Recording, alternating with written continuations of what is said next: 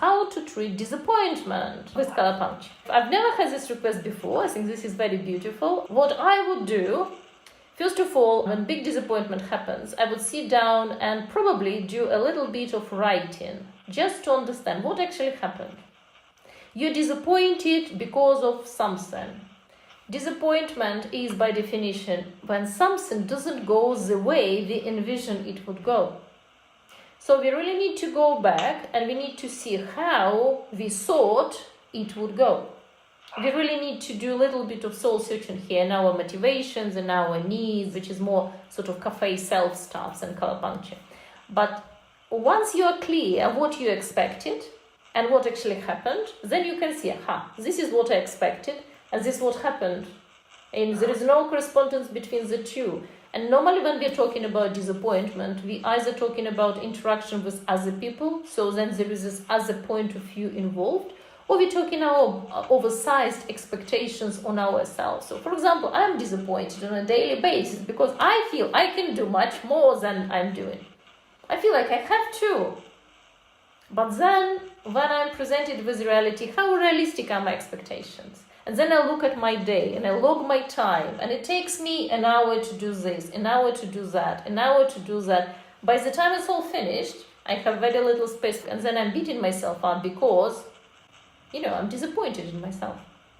So this is one way of dealing with it, and I would encourage to do it before you do anything with Colourpuncture, because basically it will give you more clarity of where you stand, because sometimes our expectations of other people, for example, they're really not realistic because we expect more than other people can give.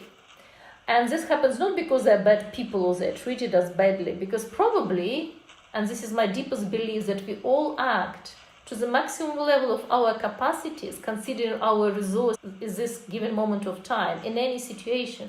So probably for this person, this was their resource.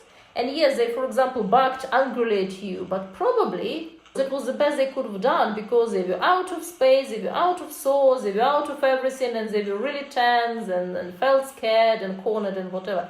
The bottom line is we don't know what went on for the person, why they gave us this reaction. We are on the receiving end. So this is the first step. With Colourpuncture, we have this beautiful treatment called perception ellipse. You can treat it in turquoise.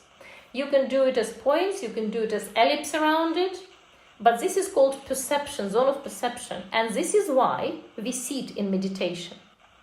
Because what happened during meditation, our perception gets changed. Whether or not we're aiming for it, but basically if you think about meditation, this is the area which has the most pressure when we sit down. So basically it's all about, disappointment is a perception issue. I would definitely approach it first from the conscious side, and then you can do Colourpuncture, because Colourpuncture is very beautiful in a way.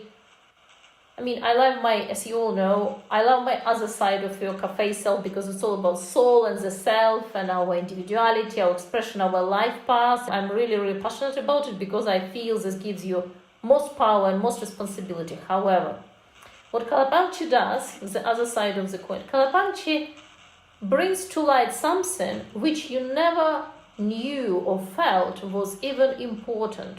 Sometimes people, yes, it can lift your repressed memories, but I think it's much more than that.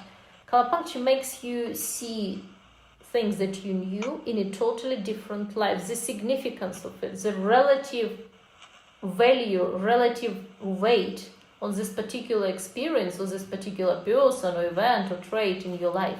Because we never know consciously how much influence it was. Coming back to my experience with expectations and prenatals, I never knew that me, being a girl in family where they expected a boy, was so important. When I analyzed the whole thing, I realized that all my life I was trying to live two lives. I was trying to live a life of a man, doing career and aiming really high, and a woman bringing up a little family. And obviously this collided quite bitterly at times. But this is how things can work.